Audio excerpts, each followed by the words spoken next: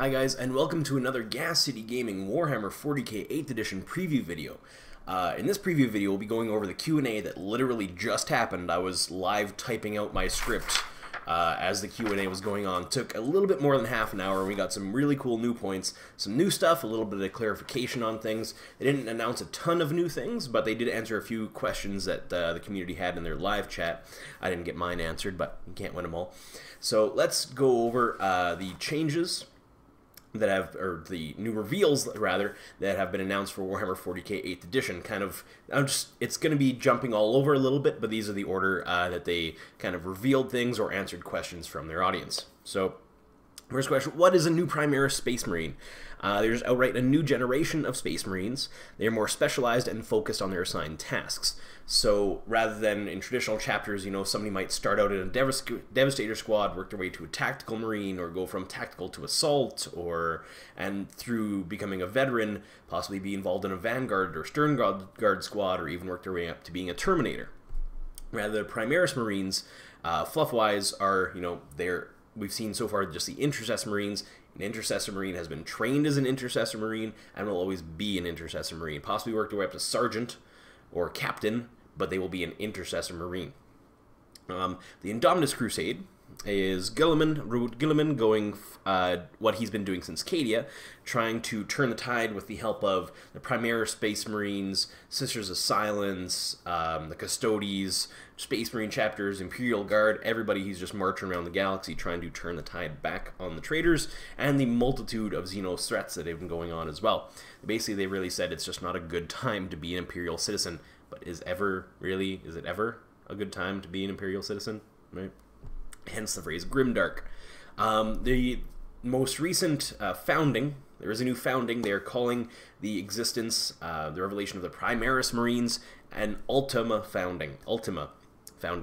It's founding of new chapters of just Primaris Marines. So there will be some new chapters, some essentially refounded chapters. They didn't say what, of Space Marines that are just made up of Primaris Marines.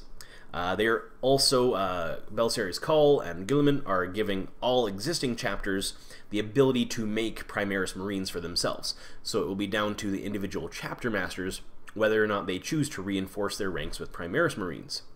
Now, Primaris Marines are not just test tube babies. They can be recruited in just like normal Marines, so they can use if you have recruitment planets, you can raise them up and turn them into Primaris Marine rather than a traditional Marine. Also, if Justinius is watching, I read your comment, and you'll enjoy this.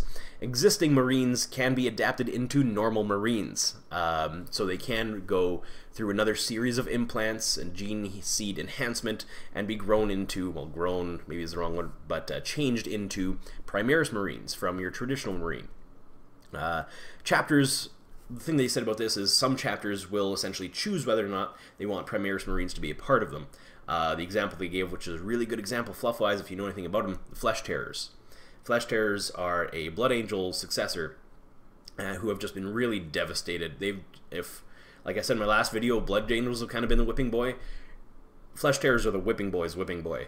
Like, they've just been devastated constantly, or usually, like a normal chapter is usually floating around 1,000 Space Marines at full strength.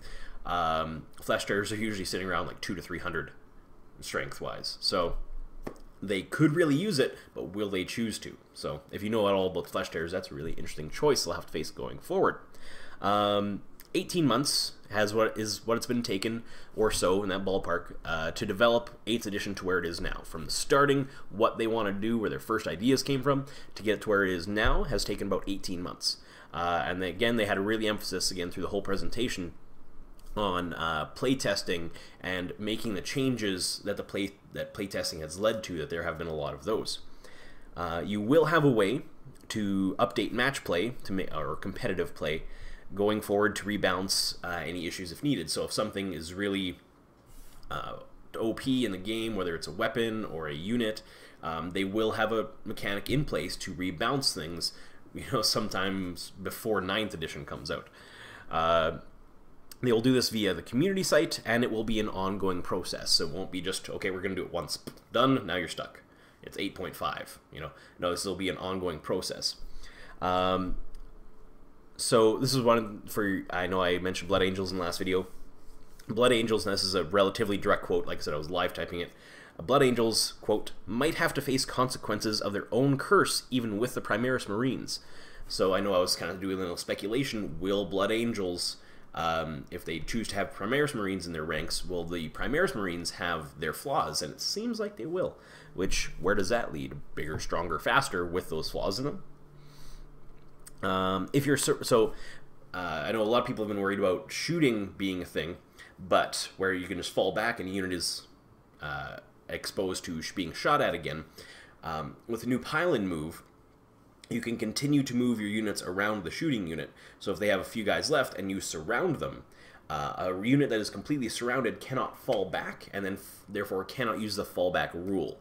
So they are stuck in combat if you completely surround them. If the assault phase works similar to Age of Sigmar, your first few models have to go closest to closest, because you have to get into assault range. But then your other models can start working their way around the unit in your charge, right? And you can eventually then get to surrounding the entire unit, probably on your next turn with an extra 3-inch pylon. So any surrounding units can't fall back. So I like that flavor because it makes kind of sense. You get one chance to fall back, but once you decide to become engaged, there's no running around. And like we saw recently, the Dark Eldar will have a special rule where they can choose if a certain unit from Dark Eldar will have a special rule going forward that if you are engaged with them, you have a roll-off. If you choose to fall back, you roll off. If the Dark Eldar player wins the roll-off, you're sticking around, basically. It wasn't all Dark Eldar, it was a certain rule, but that seemed very flavorful, while at the same time kind of getting around that issue. Let's see, in playtesting, so for those of you who may be worried for, again, combat armies, there was a few questions about close combat armies. For those of you who were worried about that, they talked about how armies do seem to be getting across the table faster. They mentioned Storm Boys specifically were getting across the table a lot faster than they used to be. You can consolidate from one combat into another. I think we talked about that in another video, but just another thing I wanted to mention. So one thing I was interested in that they did answer is, so okay, before we had weapons that affected initiative, like Power Fists and the like, how are those going to be handled in 8th edition when I assault and my Power Fist gets a hit before something else? It doesn't always make sense. It's kind of going to be, maybe I get a little confused, you can go back and watch it if you want.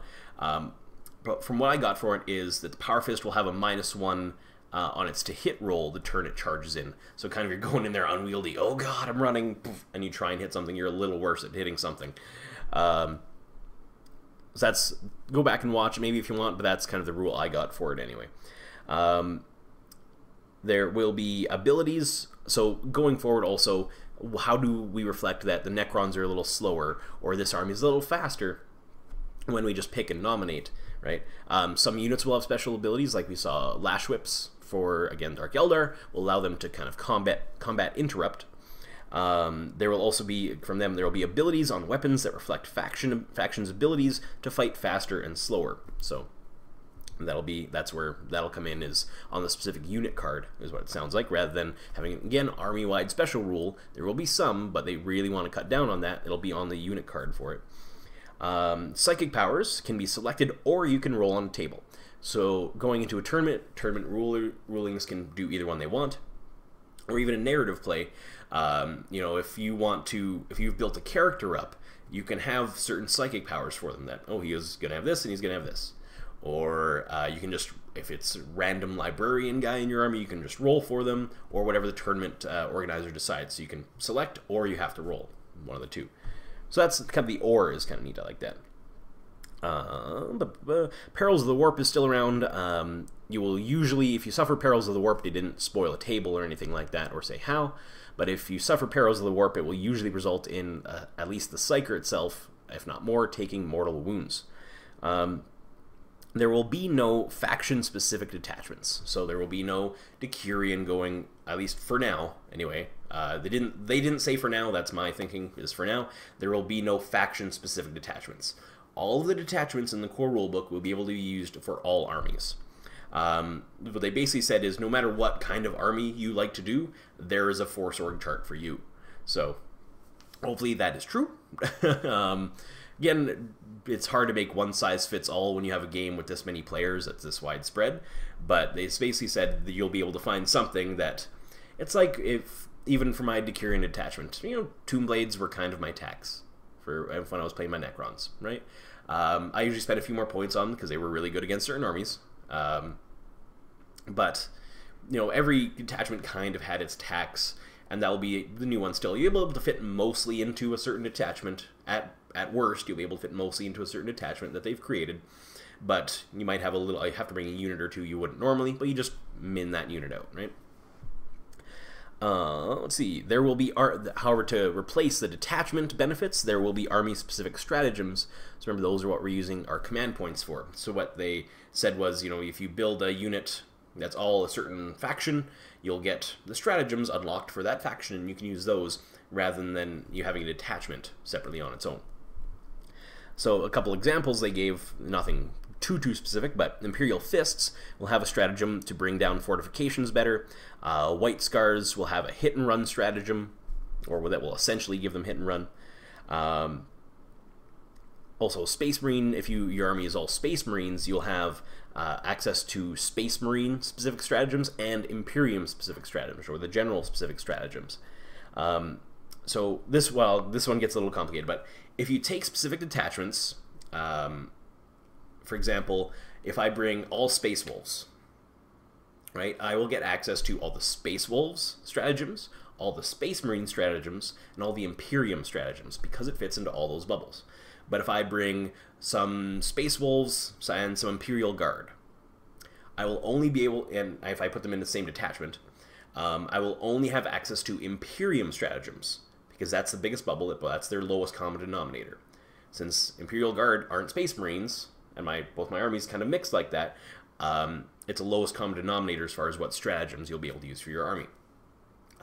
They didn't cover, if I bring one detachment of Space Wolves and a separate detachment of Imperial Guard, what stratagems do I have access to?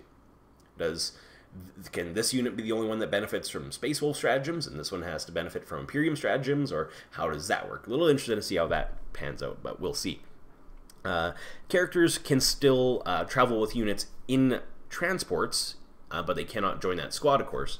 But they can still travel with them as long as they fit in the transport's capacity, whether it's 10, 20, what have you. And of course, there'll still be the bulky, very bulky type rules.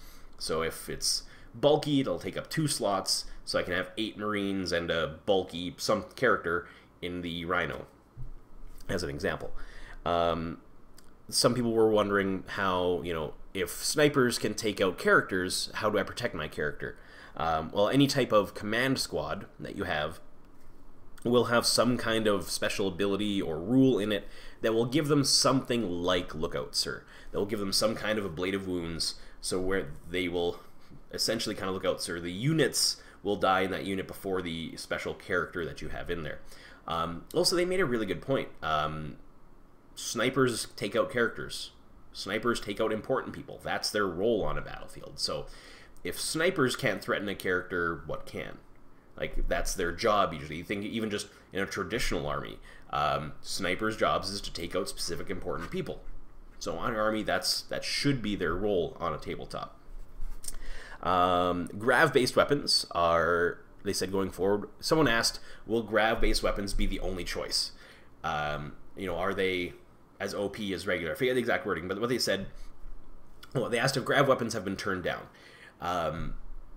The guys hosting the Q&A said, you know, grav weapons haven't been turned down as much as everything else has been turned up. They said throughout their playtesting, and they're having competitive people. They're not just testing this in-house. They're having competitive players test this. Grav weapons have definitely not been, you know, the auto choice that they were before. Like, you didn't even need to scroll past, like, Flamer or Melt. You just went Grav Gun. Now it's like, okay, you actually got to think. And that's what I appreciate about them going forward with 8th edition, kind of in the style that we've seen so far, is that there's not just, okay, that's the best, that's the best, that's the best, done. It's, okay, I have to think, okay, might use a Flamer, because that's going to have its good situations, and I might need one of these, because that's going to have its situations. So not having an auto-include choice is definitely a good thing, I think. Invuln saves, they also did clarify for us. I know there was a little discussion going on about kind of what we thought they were going to be. Invuln saves are a protective save that you can swap to instead of using your armor save, and it cannot be affected by an armor modifier. So, for example, our Terminators, if they have their 5-up invuln saves and their 2-up armor, but someone hits them with a -4 armor fire weapon, putting their armor save to 6 up, you can switch to your invuln save instead. Even if, you know, you get your armor save to a 5 up, you can switch to your invuln save if you want, I guess. If something says armor saves are not allowed, you can switch to your invuln save. If something says invuln saves are not allowed, but armor saves are, you can use your armor save, and how that works. So invuln saves, one more time, are a protected save you can swap to instead of using your armor save. It cannot be affected by an armor modifier. They also kind of a little quick thing, so it's done with invuln saves. Another little quick thing they talked about is the Dark Elder have a unit from Dark Elder, again they didn't specify what, have a power from pain special rule that me as a Necron player I'm kind of jealous of. When a unit dies, so you know I resolve a round of shooting, when a unit dies, you roll a die on each model removed. On a 6 it comes back. So that's kind of getting an additional type of kind of save, right? So Dark Elder, we don't know, it's not army-wide, but certain thing or certain things from Dark Elder, they didn't say what, have that special rule called Power from Pain. So on each model removed, roll a die, on a 6 it comes back. That could be good. As a Necron player, I know that can be good. Also, for shooting, close combat, how are we going to remove our models? Is it still closest to the shooter and that one dies? Nope. Going forward, the defender will decide what models are removed as they take casualties. It is not based on direction or base contact. So, you know, if I have, you know, I can march my flamers out front now. I don't care. My flamers can be out front. Of course, you don't have to do that as much anymore because they're not template based. But you know, going forward, your model placement, you can, and again, it's a little thing, but it adds a depth of strategy to it. You know, okay, you're going to shoot at my guys, but I really want to charge you, so I'm going to remove the guys at the back of my unit. Or I'm going to shoot at your guys, but you want to charge me, or so, but you don't want me to charge you, so you're going to move the models at the front. Make my charge a little longer, right? So it just adds another little depth of strategy to the game, which is not a bad thing in my opinion. So somebody asked, you know, with Gilliman coming back, will there be, is he gonna, you know, does he like the Codex? Does he like how things are going on? They said there might be a second edition of the Codex Astartes coming. He might be considering that or making some kind of changes to something. So then, I know, like I said, guys, we're jumping around a little bit, but this is how they answered the questions. Someone asked, will Primaris Marines be susceptible to chaos and being corrupted? They said that Primaris Marines have, like everything, they're bigger, faster, stronger. They are designed to be more resilient, but you never know what will happen. Chaos is fickle. Someone asked, will there be all new chaos powers, or will we see psychic powers, or will some be returning? Basically said 6 of one, half a dozen of the other. Some will return, but there will be some new ones as well, right? Like obviously we've seen Smite, we know Smite's coming back, but some of those famous ones, like with me having the Chaos Army too, I hope like some cool ones like Plague Wind, I hope sticks around for the Nurgle Marines, and you know, there's those really flavorful ones that you just like, that just fit the feel of an army that you hope stick around, but some more generic ones can maybe be shaved and replaced. They will be listening to the community and also have kind of a live forum, kind of like Reddit is what I got the thing of. Basically where you'll be able to upvote particular issues and suggested changes. Oops, sorry guys. Where you'll be able to update and upvote particular issues or changes. So you'll be able, you and I and everybody else will be able to, first of all, leave messages on their Facebook page saying, hey, you know, this weapon or this army is really super powerful. Maybe you guys should have a look at it. They'll be listening to that. And they'll also have a live forum, like I said, kind of like Reddit, where you can say, hey, this army or this unit is really powerful, you guys should take a look at it. Or, hey, you know what, these don't seem as good, maybe they should have an extra wound. You can say something specific like that, or just something general, and if people upvote and downvote it, so it's a nice thing is they'll have a look at some of the more popular items off of that list. The nice thing that I like about that is that the community will decide you know, if you don't really care, if you're not fussy, you don't have to go on these websites and suggest rules changes and all this and all that. But if you are more into the competitive scene and you really are, you want try to maintain balance as much as you can jump on those forums every day and upvote and downvote, and that's an issue, that's not an issue, do this, this, this, and you can manage things that you think are changing the scene of 40K, and it's up to us now, right? That's really something that I like, because they said, you know, this is going forward. They won't have like a set date, okay, once every 6 months we're going to have an FAQ. as they said, as things become issues, they're going to continue playtesting in-house after release, and as things become issues, they will make changes as they go. So that's, to me, that's one of the best situations we can have for this goes. We're in charge of what, well, we don't make the decision of what gets changed, but we're in charge of what GW sees as issues. So that's one of the best things for us going forward. I'm not super competitive myself, but for those of you that are, this is one of the best things I think can happen to you / me, because I like this game. Last question, last point we have for today is, somebody asked, will there be any more Primarchs coming soon? They said there might be a cowled Primarch on his way very soon. So what I hope as a Chaos player, since we have a Loyalist Primarch, can we have a Traitor Primarch? And with Nurgle Marines, so you think cowled Primarchs, I think there's two. There's Lionel Johnson, and there's who I hope, Mortarion, however you want to say it. One of those two. Really hoping for the Nurgle Lord. Really hoping for that, because I play of Chaos. Most of my stuff is more Nurgle themed, so that's, I want my Primarch. But again, cowled Primarch coming soon. Either Lionel Johnson or Mortarion is my thinking. Hopefully Mortarion, please. Alright, so that's all the news from today, from the Warhammer 40k 8th edition Q&A that they hosted today. If you guys want any more specific detail, check it out, but I think I kind of summarized everything really well. Like I said, I literally printed off my script and came down and sat down to talk to you guys as soon as it ended. So we will have our lore video later out today as well, but I still have to film that for you guys. But that will come out just maybe a little later, because I thought Q&A, new info, all this stuff. So that's all I got for you guys today. Have an awesome rest of your day. Don't forget to like, share, subscribe, comment down below. Do you like some of these changes? Do you not like? I always like to hear back from you guys. I try and jump on the comments as much as I can. I got a couple days off here, so I'll be doing a little bit more of that. Don't forget, if you want to be entered in a draw for our Warhammer 8th edition core rulebook, at least, and possibly some of the army books as well, then we will be having our draw whenever 8th edition comes out. And please comment on this or any other Warhammer video on this channel, whether it's the lore or these videos, either, any or, and be a subscriber. If you're a subscriber, make sure your subscriptions are set to public so I can see that you've subscribed. So in that case, guys, have an awesome rest of your day, and remember, the Emperor protects.